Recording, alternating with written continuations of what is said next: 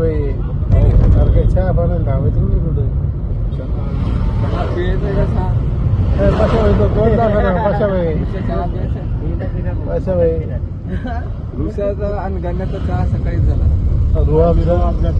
पंढरपूरहून निघाल्यापासून पुढे चहा घेऊ पुढे चहा घेऊ असं म्हणत म्हणत पोरांनी मला डायरेक्ट आणला अक्कलकोटला. अक्कलकोटला आल्यानंतर पहिलं गाडी केली पार्क आणि गेलो स्वामींच्या दर्शनाला. मंदिराकडे जाताना रस्त्यात मस्त सजलेली दुकान पाहत होतो आणि त्या दुकानाच्या बाहेर लावलेल्या स्वामींच्या वेगवेगळ्या फ्रेमचं छान दर्शन करत करत आम्ही गेलो मंदिरात. स्वामींचं दर्शन केल्यानंतर रुद्राक्षांपासून बनवलेली स्वामींची प्रतिमा खूप सुंदर आणि अप्रतिम होती. तिचं दर्शन केलं. मग केलं वटवृक्ष स्वामींचं दर्शन आणि नंतर गेलो आम्ही अन्नछत्रामध्ये असलेल्या महाराजांच्या आणि स्वामींच्या प्रतिमेजवळ. तिथे फोटो सेशन करून झाल्यानंतर लागलो प्रसादाच्या रांगेत, कारण पोटात लय कावळे आरडत होते. त्यांची भूक शांत करायची होती. गर्दी बऱ्यापैकी असल्यामुळं आम्हाला करावं लागला थोडा वेट. मग काय तिथंच चालू झाल्या गप्पा.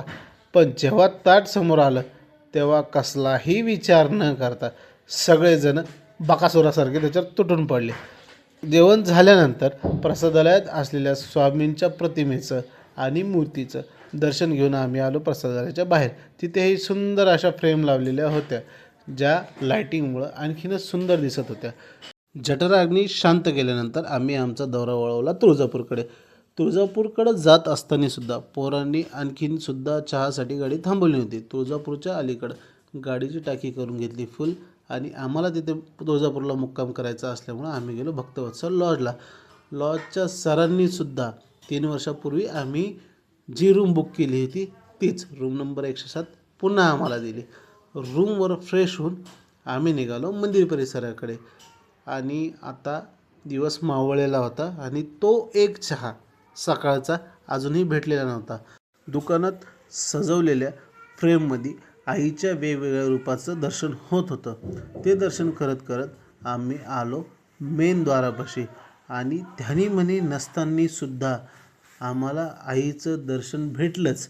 पण त्यासोबतच भेटली संध्याकाळची आरती. आरतीच्या निमित्ताने आईसमोर थोड्या वेळ उभं राहायला भेटलं आणि मनसोक्त आईचं दर्शन झालं. आईचं दर्शन झाल्यावर बाहेर आलो, पण तरीही आईची पुन्हा दर्शन घ्यायची इच्छा झाली.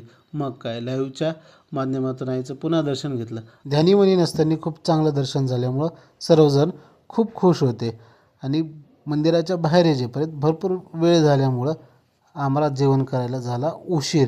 पण अद्यापही या पोरांनी मला चहा पाजवलेला नव्हता. आता बघूया उद्याच्या व्लॉगमध्ये चहा भेटतो की नाही ते.